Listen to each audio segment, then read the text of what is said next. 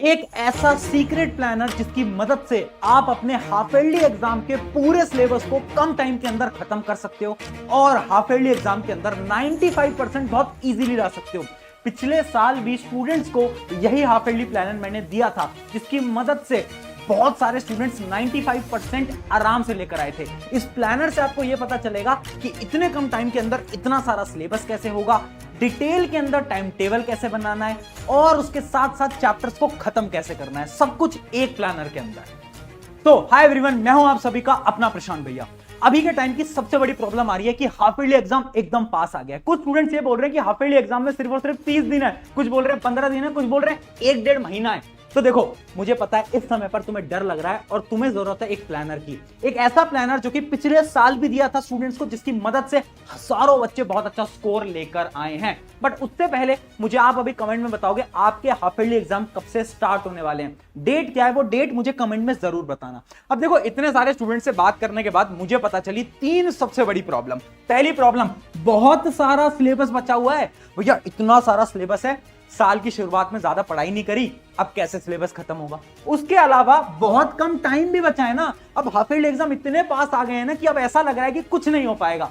और तीसरी चीज, नहीं हो पाएगा वाला माइंडसेट, यानी अब दिमाग में भैया ऐसे थॉट आ रहे हैं कि अगर नहीं हुआ तो मेरे पेरेंट्स को मैं क्या जवाब दूंगा, मेरे स्कूल के टीचर्स को मैं क्या जवाब दूंगा, अगर मेरे मार्क्स अच्छे नहीं आए तो मेरे पेरेंट्स मेरे बारे में क्या सोचेंगे, वो तो मुझे डांट लगाएंगे।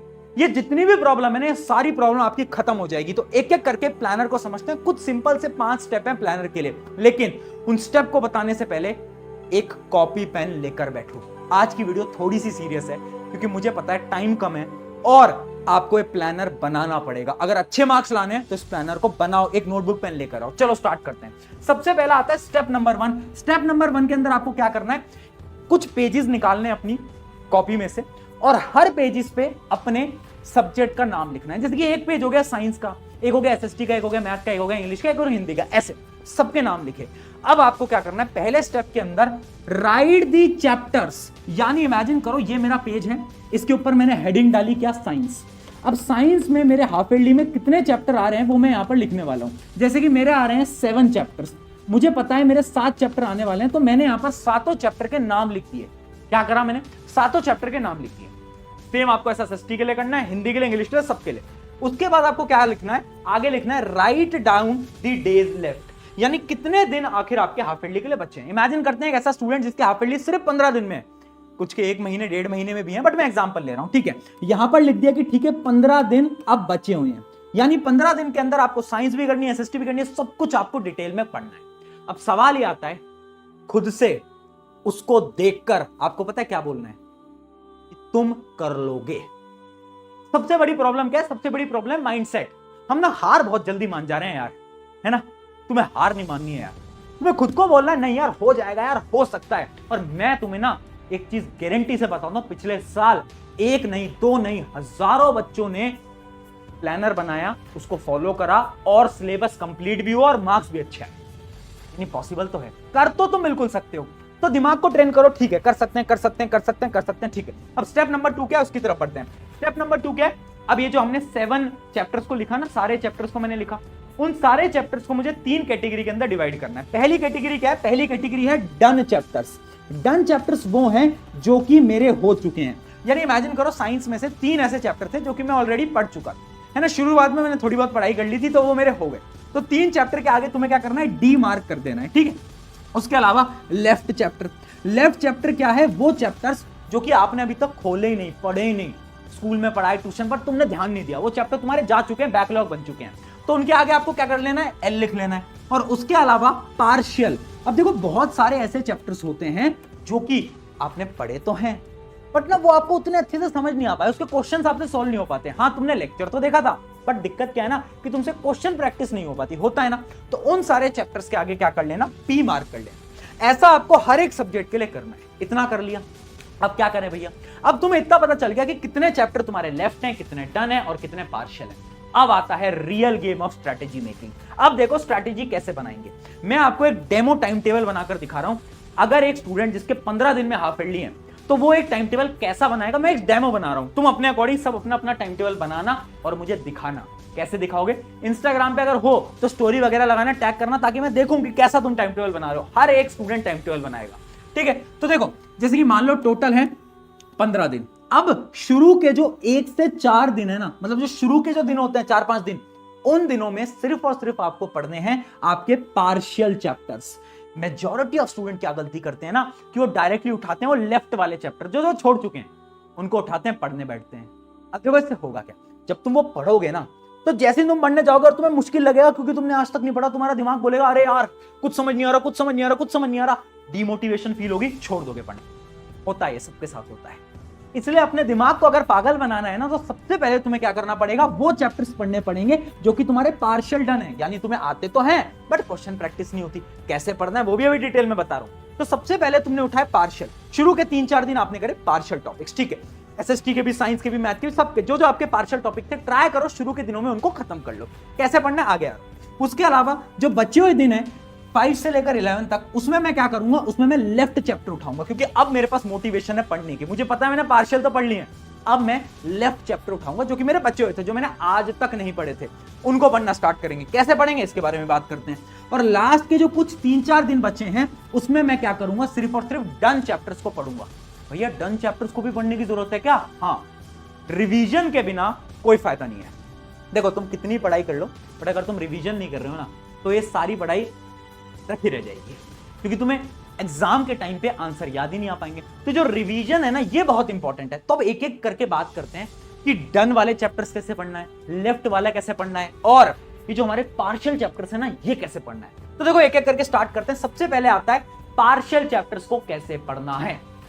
अब देखो एक सिंपल सी स्ट्रैटेजी है। पार्शियल वो है जिनके आप शायद लेक्चर वगैरह तो देख चुके हो, बट आपके ना यार क्वेश्चन प्रैक्टिस नहीं हो पा रही है। तो उसके लिए आपको क्या करना है, या तो आप YouTube पे जाओ, वन शॉट वीडियो देखो। जो छोटी वन शॉट होती है ना, मैंने पूरी साइंस की वन शॉट वीडियो बना रखी है, आप जाकर सर्च करोगे मिल जाएगी।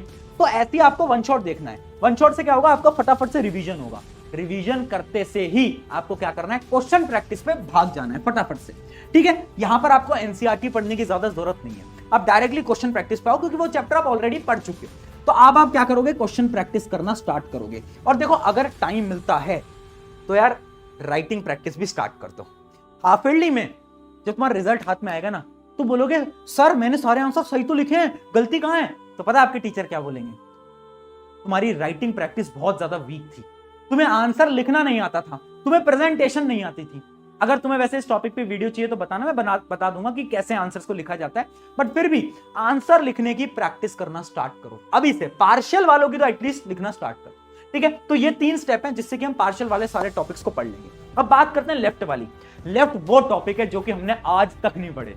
अब देखो 2 रास्ते हैं, एक है लॉन्ग कट, एक है शॉर्टकट। जो आपको अच्छा लगता है वो आप अपनाओगे। लॉन्ग कट क्या है, आप किसी बैच के अंदर मान लो इनरोल्ड हो, मान लो हमारी बैच के अंदर इनरोल्ड हो, आरएम बैच के अंदर, तो उस बैच के अंदर ना आपको वो पूरे लेक्चर्स को डिटेल में देखना है। तो आप क्या करोगे, डिटेल्ड लेक्चर को देख लोगे, और क्वेश्चंस भी बैच के अंदर ही हो जाते हैं, है ना। आपको पता है, आप किसी और बैच में तो वहां से देख लो, कोई दिक्कत नहीं है। तो डिटेल्ड लेक्चर देखे और क्वेश्चन प्रैक्टिस करिए, या तो आप ऐसे कर लो।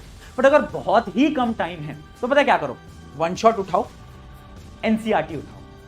क्या उठाओ, एनसीईआरटी। एनसीईआरटी को फटाफट से रीड करो और उसके बाद क्वेश्चन प्रैक्टिस कर लो, है ना। क्वेश्चन बैंक ले सकते हो, आपको पता ही है, हमने भी बना रखा है, और बहुत सारे क्वेश्चन बैंक आप जो आपकी अच्छा लगता है वो आप ले लो, ठीक है। तो यानी क्या है, वन शॉट उठाए, एनसीईआरटी और क्वेश्चन प्रैक्टिस, या फिर बैच में हो तो ये स्टेप, ये तुम्हारे अकॉर्डिंग है। तुम्हें क्या करना है, लेफ्ट चैप्टर आपको अच्छे से करना है, ये बात याद रखनी।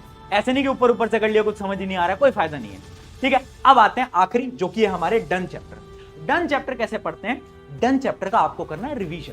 कैसे करोगे रिवीजन, रिवीजन करने के लिए साइंस के लिए तो मैंने इस चैनल पे रैपिड रिवीजन बना रखे हैं, हर चैप्टर के 15-20 मिनट के अंदर पूरा पढ़ा रखा है आपको। तो आप रैपिड रिवीजन देखो और उसके बाद आप फॉलो करोगे टॉपर्स रिवीजन मेथड। क्या है ये टॉपर्स रिवीजन मेथड, बताता हूं। देखो टॉपर्स क्या करते हैं, क्वेश्चन प्रैक्टिस की एक बुक रखते हैं, ठीक है।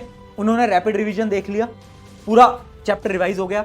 अब ना उस क्वेश्चन प्रैक्टिस की बुक में से रैंडमली कोई भी क्वेश्चन उठाएंगे और देखेंगे क्या वो क्वेश्चन तुमसे सॉल्व हो पा रहा है या नहीं हो पा रहा। जिस भी चैप्टर का ज्यादा क्वेश्चन उनसे सॉल्व नहीं हो पाते, फिर उस चैप्टर के वापस से रिवीजन करते हैं पूरी तरीके से, यानी वापस से नोट्स उठाते हैं, रीडिंग करना स्टार्ट करते हैं, वन शॉट देखते हैं, सब कुछ करते हैं।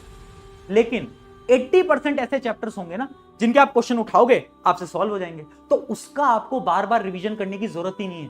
रिवीजन सिर्फ उनका किया जाता है जो कि आपके वीक टॉपिक्स होते हैं। वीक टॉपिक्स कैसे पता चलेंगे? जब तुम रैंडमली क्वेश्चंस प्रैक्टिस करो, उसके अकॉर्डिंग तुम क्या कर सकते हो, प्लान कर सकते हो। तो ये कुछ ऐसे स्टेप थे ना, अगर इस अकॉर्डिंग प्लानर बनाया, मैं आज यहां पर गारंटी से बोल रहा हूं कि तुम्हारा हाफ ईयरली एग्जाम बहुत बेहतरीन जाएगा। अच्छा, इसके साथ साथ कुछ ऐसी चीजें जो कि तुम्हें अवॉइड करनी है, एक दो मिस्टेक बता रहा हूं, पर बहुत इंपॉर्टेंट मिस्टेक है। पहली mistake, quality is greater than quantity.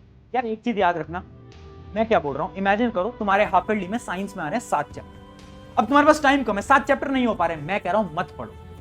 7 में से सिर्फ 4 या 5 कर जाओ, पर वो 4 या 5 ऐसे करके जाना कि अगर कल तुम्हारा बोर्ड एग्जाम भी है ना, तो भी तुम उन सारे क्वेश्चंस को सॉल्व कर लो। यानी गद्दारी नहीं करनी है। ऐसा नहीं कि ठीक है थोड़ा पढ़ लिया थोड़ा नहीं पढ़ा, थोड़े से क्वेश्चन लगा लिए थोड़े नहीं लगाए, बस वन शॉट देख के चले गए, नहीं, ये नहीं करना। रियलिटी ये है ना कि तुम्हें क्वालिटी पे फोकस करना है। कम चैप्टर पढ़ो यार, देखो हाफ ईयरली में थोड़े बहुत नंबर कम रह भी गए तो उतनी कोई बड़ी चीज तो है नहीं, है ना। तो इसलिए चाहे तुम सारे चैप्टर मत करो, बट जो भी पढ़ रहे हो अच्छे से पढ़ना है। अगली चीज, प्लानर फॉलो करना। मैं सारी स्ट्रैटेजी बताकर चला जाऊंगा। मुझे भी पता है इस वीडियो को देखने वाले सिर्फ 10% बच्चे इस प्लानर को फॉलो करेंगे, और जो फॉलो करेंगे वो टॉप करेंगे। सीधी सी बात, हर कोई नहीं कर पाता। तो सवाल मेरा तुमसे है, क्या तुम फॉलो करोगे? अगर करने वाले हो तो ऑटोमेटिकली टॉप करने वाले हो। लास्ट पॉइंट, नहीं हो पाएगा एटीट्यूड को खत्म कर दो। मैंने क्या बोला था शुरुआत में, मुझे एक भी ऐसा स्टूडेंट नहीं चाहिए जो कि खुद से बोल रहा है कि नहीं हो पाएगा भैया, इतना कम टाइम बचा, ये बचा। अरे नहीं यार, क्यों नहीं हो पाएगा, क्यों नहीं हो पाएगा? बिल्कुल होगा, ठीक है, कोई टेंशन वाली बात नहीं है, तुम कर लोगे, मुझे तुम पे विश्वास है। खुद को खुद पर विश्वास लाओ, मुझे पता है तुम करोगे, है ना। बस प्लानर बनाओ, फॉलो करो, ज्यादा मुश्किल नहीं है, सारी चीजें हो जाएंगी। बस इस प्लानर को डेली फॉलो करो। शुक्रिया, मैं हूं आप सभी का अपना प्रशांत। मिलते हैं किसी नेक्स्ट वीडियो के अंदर। Take care.